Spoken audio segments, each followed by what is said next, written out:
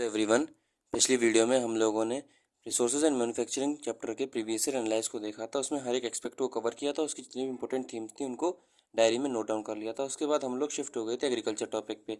Agriculture वाले topic में भी हम लोगों ने पिछली वीडियो में सवाल देखना शुरू किया था और हम लोग 1995 से सवाल देख रहे थे, जिसमें हम लोगों ने कई सारी थीम्स कवर करी थी। उन थीम्स को डायरी पे लिख लिया था।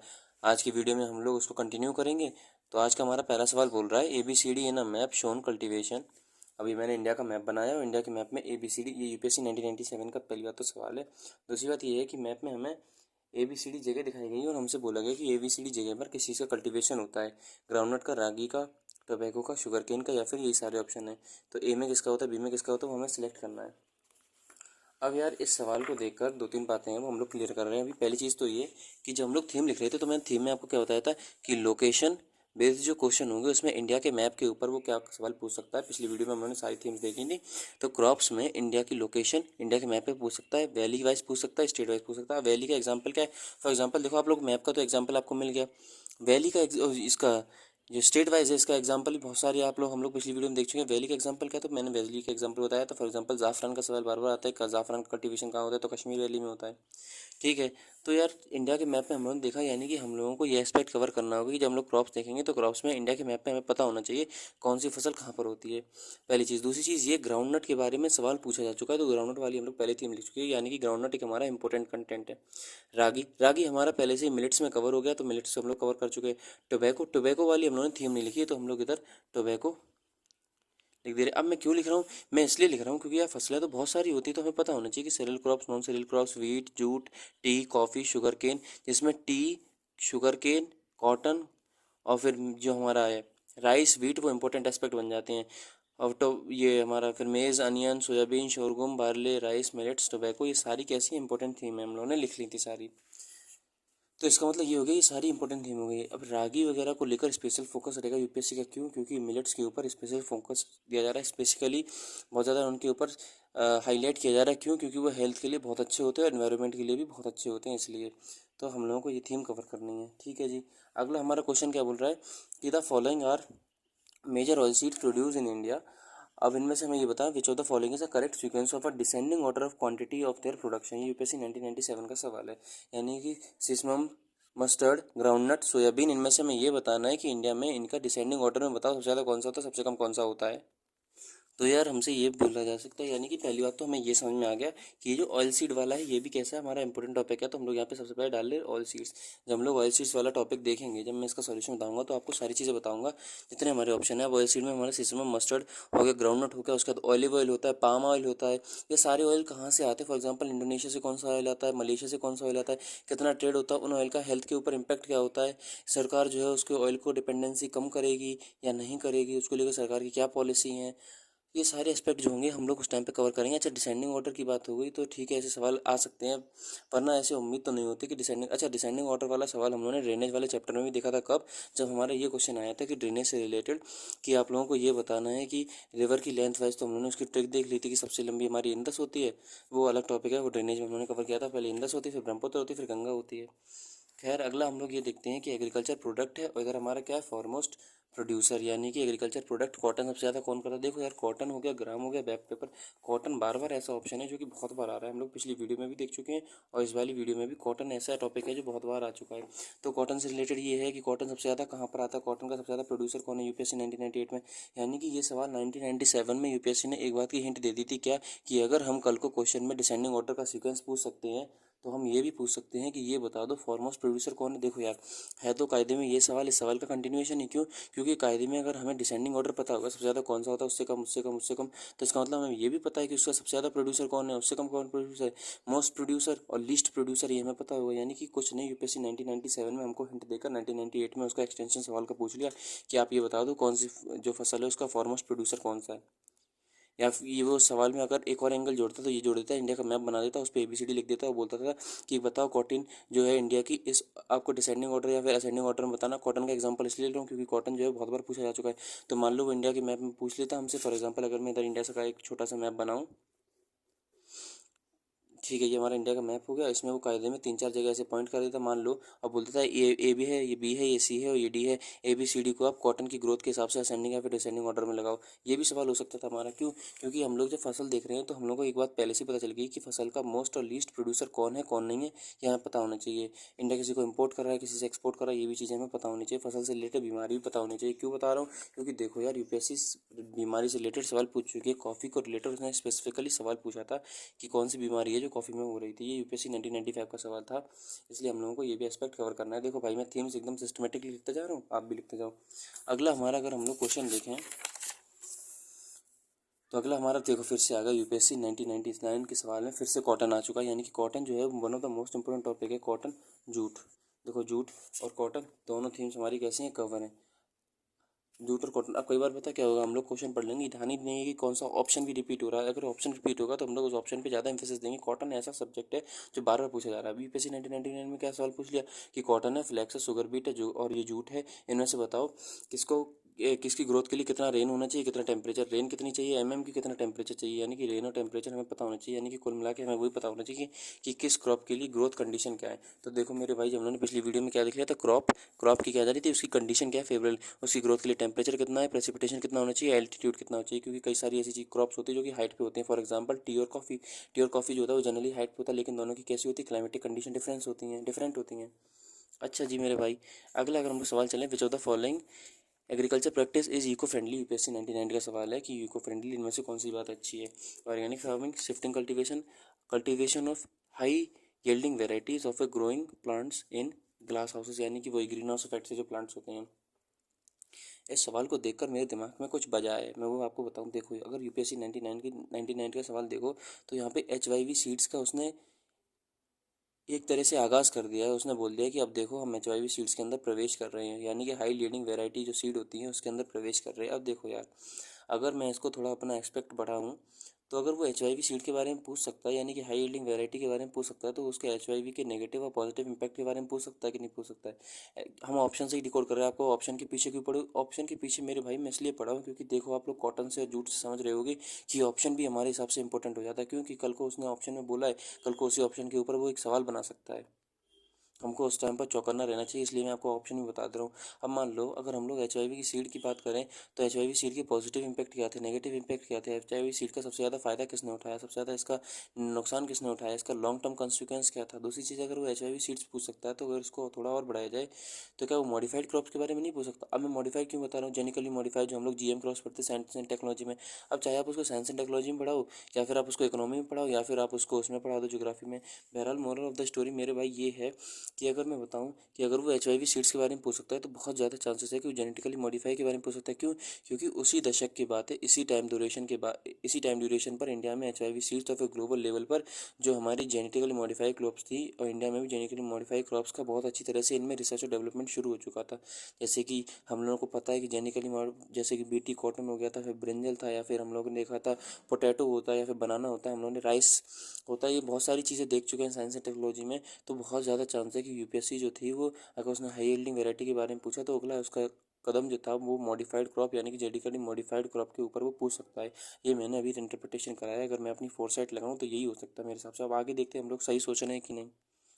तो बहरहाल हमें ये समझ में आया कि इको फ्रेंडली प्रैक्टिसेस कौन सी होती हैं। तो देखो यार, क्रॉप्स में हम लोग पहले से ही कंडीशन और उसकी प्रैक्टिसेस जो हैं, कैरेक्टरिस्ट स्पेसिफिक, इसी में हम लोग उसकी प्रैक्टिस को भी लिख ले रहे हैं। क्यों प्रैक्टिस को लिख रहे हैं? क्योंकि देखो यार, इको फ्रेंडली प्रैक्टिस पूछ सकता है, वो हमसे प्रिमिटिव प्रैक्टिस पूछ सकता है। प्रिमिटिव मतलब जो हम लोग आदिकाल से कर आ रहे हैं। फॉर एग्जांपल जूम कल्टीवेशन होता है, अब जूम कल्टीवेशन से वो और पूछ सकता है स्लैश एंड वर्ल्ड कल्टीवेशन कौन सा होता है, जूम कल्टीवेशन को मैक्सिमम में क्या कहते हैं, ब्राज़ील में क्या कहते हैं, कौन सी कंट्री में होता है। और फिर हमारी ये समझ रहे हो आप मैं क्या बोल रहा हूँ, अगर वो क्रॉपिंग के प्रैक्टिस के ऊपर पूछ सकता है। फॉर एग्जांपल अगर आपने पिछली वीडियो ध्यान से सुनी होगी तो उसमें एक था सवाल कि इनमें से कौन सी फसल होती है जो कि ट्रांसप्लांटेशन मेथड से होती है, मतलब उसमें सीडलिंग का ट्रांसप्लांटेशन होता है। जिसमें से एक ऑप्शन क्या था, मेज था। यानी कि ऐसा कौन सा होता है जिसमें जो नन्हा पौधा होता है उसको एक जगह से लिखा के दूसरी जगह लगाया जाता है। तो यानी कि ये क्या है, हमारा मोड ऑफ प्रैक्टिस ही तो है, ये प्रैक्टिस करने का एक तरीका ही तो है क्रॉपिंग का। अब इसमें देखो यार, यूपीएससी ने पहले हिंट दी थी कि देखो अगर हम आपसे ट्रांसप्लांटेशन ऑफ सीडलिंग की बात कर रहे हैं, ये सीडलिंग को एक जगह से दूसरी जगह लगाना, तो हम सीधी बात है अगर हम प्रैक्टिस के ऊपर सवाल पूछ रहे हैं तो हम प्रैक्टिस से इको फ्रेंडली प्रैक्टिस पूछ सकते हैं। अगर हम इको फ्रेंडली प्रैक्टिस पूछेंगे तो हम आपसे प्रिमिटिव प्रैक्टिस भी तो पूछ सकते हैं। For example zoom cultivation practice होता है, अभी मैंने आपको एग्जाम्पल दिया कि नहीं दिया, और कितने तरह की प्रैक्टिस होती है उसके ऊपर। सस्टेनेबल एग्रीकल्चर कौन सा होता है, सब्सटेंस एग्रीकल्चर कौन सा होता है, मिक्स फार्मिंग कौन सी होती है, सारी क्या है अलग अलग तरीके हैं, वो हमें पता होने चाहिए। ठीक है मेरे भाई। अब देखो यार, इसमें दूसरा एस्पेक्ट जोड़ा है, इको फ्रेंडली को हम लोग इंटरनेशनल रिलेशन से जोड़ते हैं। हमें पता है कि क्रॉपिंग में और डेजर्टिफिकेशन की प्रॉब्लम ग्लोबली बढ़ती जा रही है। अब रेगिस्तान में अगर किसी ने वाटर कंजर्वेशन का क्लासिक एग्जांपल सेट किया है तो वो कौन है, इसराइल है, हमें पता है। और इंडिया इसराइल से टेक्नोलॉजी भी अडॉप्ट करता है एग्रीकल्चर को बेहतर करने के लिए। फॉर एग्जांपल हम लोगों ने एक स्कीम पढ़ी है क्या, पर ड्रॉप मोर क्रॉप, यानी कि पर ड्रॉप मोर क्रॉप होनी चाहिए। फॉर एग्जांपल हम लोगों ने पढ़ी है एक और, जिसको हम लोग टेक्नोलॉजी बोलते हैं स्प्रिंकल इरीगेशन, या फिर बहुत सारे तरीके होते हैं। वो खैर इकोनॉमिक वाला एक्सपेक्ट होता है, लेकिन अगर मैं इकोनॉमिक्स वाला एक्सपेक्ट, इंटरनेशनल वाला एक्सपेक्ट, साइंस एंड टेक्नोलॉजी का एस्पेक्ट और ये ज्योग्राफी के सारे एक्सपेक्ट अगर जोड़ के बनूँ, तो ये कल को कोई बड़ी बात नहीं होगी कि इंडिया और इसराइल के वो रिलेशन स्पेसिफिकली एग्रीकल्चर रूप में पूछ ले। क्यों? क्योंकि वो यूपीएससी में कुछ भी पूछ सकता है। तो अगर कल को एग्रीकल्चर में पूछेगा तो हमें उसको रिलेटेड एस्पेक्ट पता होना चाहिए। क्यों? क्योंकि यूपीएससी ने देखो 1999 में ही हिंट दे दी थी कि अगर हम आपको इकोनॉमिक इको फ्रेंडली पूछ सकते हैं, हम अगर आपसे ट्रांसप्लांटेशन ऑफ सीडलिंग पूछ सकते हैं, तो हम आपसे वो भी पूछ सकते हैं। उस टाइम पर आपको क्या करना है, चौकन्ना रहना है। ठीक है, उम्मीद करता हूँ आप लोग समझ रहे होगे कि मैं क्या कहना चाह रहा हूँ। ऑर्गेनिक फार्मिंग क्या होती है हम लोग को पता है, शिफ्टिंग कल्टीवेट, देखो शिफ्टिंग कल्टीवेशन आ गया। शिफ्टिंग कल्टीवेशन जो मैं बता रहा था, मैंने ऑप्शन नहीं देखा था, मैं अपने आइडिया वो सॉरी अपने सिक्स सेंस से बता रहा था, मैंने ऑप्शन नहीं देखा था, मैं ऐसे ही बता रहा था आपको शिफ्टिंग कल्टीवेशन क्या होता है क्या नहीं होता। देखो यूपीएससी ने ऑप्शन दे दिया, और कल को अगर वो शिफ्टिंग कल्टीवेशन को पार्टिकुलरली उठा के सवाल पूछे तो उस टाइम पर हम लोग को क्या करना है, खुश होना है केवल। क्यों? क्योंकि हम लोग पहले से डिकोड कर चुके थे कि यूपीएससी ये पूछ सकता है हमसे। मेरे भाई अगला सवाल क्या है, अगला सवाल है, high density of a population of a Nile valley and island of a Java is primary due to intensive agriculture, urbanisation, industrialisation, topographic limitation. अब देखो, अगर हम लोग ज़रा कुछ मिनट पहले चलें, मैंने सवाल नहीं देखा था, 2001 का सवाल है। अगर कुछ पहले हम लोग मिनट पहले चले तो हम लोगों ने एक चीज़ इंटरप्रेट करी थी क्या, कि नेगेटिव इम्पैक्ट क्या हो रहे हैं एग्रीकल्चर के चक्कर में। जब हम लोग हाई यील्डिंग वैरायटी की बात करते हैं या फिर ऐसी सीड्स की बात करते हैं, तो उससे हमारे एग्रीकल्चर पे बहुत सारे नेगेटिव इम्पैक्ट पड़ते हैं। फॉर एग्जाम्पल इसका क्लासिक एग्जाम्पल क्या है, कि ग्राउंड टेबल का जो ग्राउंड वाटर टेबल है उसका क्या होना, नीचे जाना। इसका क्लासिक एग्जांपल है, वाटर टेबल नीचे चली जाती है, जो ज़मीन होती है वो कैसी हो जाती है, सलाइन हो जाती है। फिर उसको ट्रीट किया जाता है, किससे किया जाता है आप मुझे बताना, बेकिंग सोडा होता है, कौन होता है, लाइम होता है, किससे। सॉइल हमारी एसिडिक नेचर की भी हो सकती है, बेसिक नेचर की भी हो सकती है। जब एसिडिक नेचर की होती है तो हम लोग उसको दूसरे तरह से ट्रीट करते हैं, जब बेसिक नेचर की होती है तो हम लोग उसको दूसरे तरीके से ट्रीट करते हैं, जिसको हम लोग प्रोसेस बोलते हैं न्यूट्रलाइजेशन, जो कि हम लोग साइंस एंड टेक्नोलॉजी में पढ़ते हैं। न्यूट्रलाइजेशन क्या होता है, एसिड और बेस जब मिल जाते हैं तो मिलकर सॉल्ट बना देते हैं, और वाटर, ठीक है, वो अलग चीज़ है, वो अलग चीज़ है। लेकिन हम लोग बहरहाल ये देख रहे हैं कि जब हमारा एग्रीकल्चर के नेगेटिव इम्पैक्ट जो है इंटेंस फार्मिंग के, या फिर इंडस्ट्रियलाइजेशन, या फिर अर्बनाइजेशन, या फिर टोपोग्राफिक लिमिटेशन, इन सब का एग्रीकल्चर के ऊपर इम्पैक्ट क्या पड़ रहा है। यानी कि जो मॉडर्न डे प्रॉब्लम हम लोग एग्रीकल्चर में फेस कर रहे हैं, वो ये हमारी थी बन जाती क्या, कि modern day problem in agriculture. Agriculture में मॉडर्न डे प्रॉब्लम क्या हो रही है, दूसरी चीज़, एंड इट्स सॉल्यूशन। ये one of the most important thing है मेरे भाई, फ्यूचर को लेकर बहुत ज़्यादा। क्यों? क्योंकि हमारे एग्रीकल्चर में कौन कौन सी समस्याएं हैं और क्या हम लोग उनके लिए फ्यूचर रेडी हैं कि नहीं है, हम लोग उनके लिए क्या क्या स्टेप उठा रहे हैं। ठीक है यार, ये वाली थी हमें समझ में आ गई। अगला सवाल हमारा क्या बोल रहा है, अब देखो, कंसीडर HYV सीड्स क्रॉप्स इन इंडिया। अब आप लोग मेरी बात समझोगे, वैसे 2002 का सवाल है। आप लोग सोच रहे होगे इतनी देर से क्या बोल रहा था, अब आपको समझ में आएगा। 1999 के सवाल में यूपीएससी ने एक बात बोली थी, cultivation of high yielding varieties. जिन लोगों ने मेरी वीडियो ध्यान से नहीं सुनी होगी उन्हें लग रहा होगा कि मैं फालतू में कुछ भी बोल रहा हूँ। इसको बोलते हैं रियल प्रीवियस ईयर एनालाइज करना। जिस बच्चे ने 1999 में एक बात देखी होगी कि यार यूपीएससी अगर हम लोग ऑप्शन को भी ज़रा डिटेल में जाए तो हाई यील्डिंग वैरायटी के बारे में पूछ रहा है, तो कल को कोई बड़ी बात नहीं, हाई यील्डिंग वैरायटी के ऊपर वो पर्टिकुलरली स्पेसिफिकली एक सवाल पूछ ले, या फिर जेनेटिकली मॉडिफाई के बारे में एक सवाल पूछ ले। क्यों? क्योंकि अगर उस सवाल को समझना है तो उस दौर में हम लोग जा सकते हैं। तो देखो, उसने 2002 में सवाल पूछ लिया कि HYV सीड्स क्रॉप्स हैं which are the following are of wheat. मैं तो केवल HYV सीड्स के पॉजिटिव और नेगेटिव इम्पैक्ट बता रहा था आपको कि उससे क्या हुआ, रीजनल इम्पैक्ट। यूपीएससी हमसे आगे जा चुका है। यूपीएससी ने क्या बोल दिया कि इनमें से HYV सीड्स गेहूं की कौन सी है, अर्जुन है, जया है, पद्मा है, सोनालिका है। इसको बोलते प्रीवियस ईयर एनालाइज करना, कि हम लोगों ने क्या किया, उसको इंटरप्रिटेट कर लिया कि आगे वो हमसे क्या पूछ सकता है।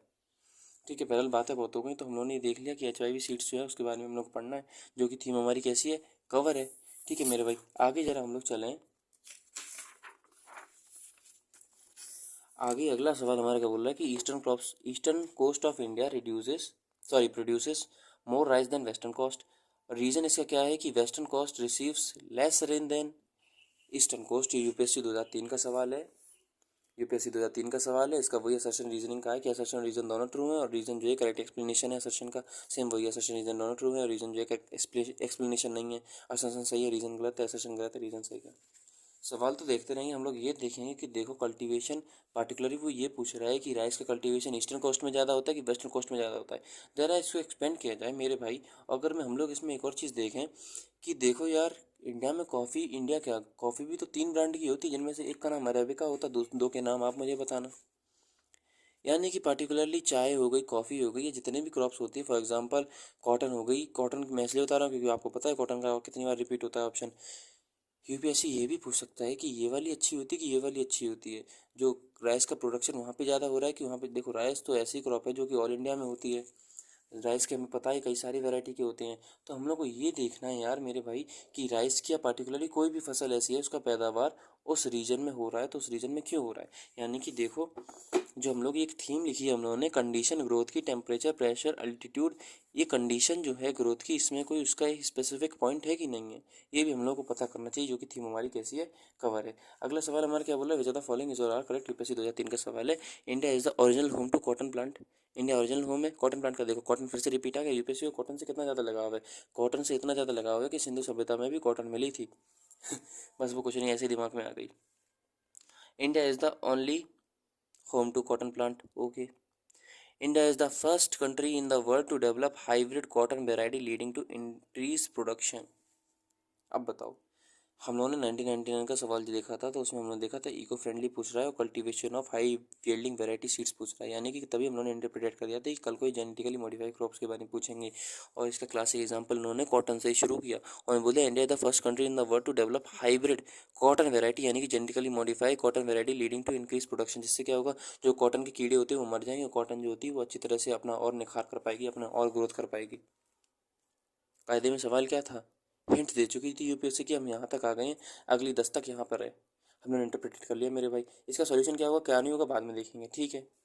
इसका मतलब तो देखो कॉटन वाली मेरे भाई हम लोग थीम भी देख चुके हैं। थीम कॉटन वाली हमारे हिसाब से एक ऐसी थी इंपॉर्टेंट थी, one of the most important है cotton UPSC point of view से। अभी तक 2003 के हिसाब से तो हमें ये लगा, 2025 अभी बहुत दूर है, 2003 के हिसाब से तो ये लगा। अब अगला सवाल 2003 का एक और है कि genetically engineering approval committee whose permission is required for cultivation of any genetically modified crop such as BT cotton. फिर से कॉटन आ गई। BT cotton in the India is under ministry of. अब बीटी कॉटन का भैया permission लेनी है cultivation के लिए तो ये किसकी कौन सी मिनिस्ट्री के अंडर आती है, ministry of agriculture, union ministry of agriculture, environment and forest, commerce industry, rural industry. यानी कि क्या होगा कॉट, फिर से वही थीम रिपीट है।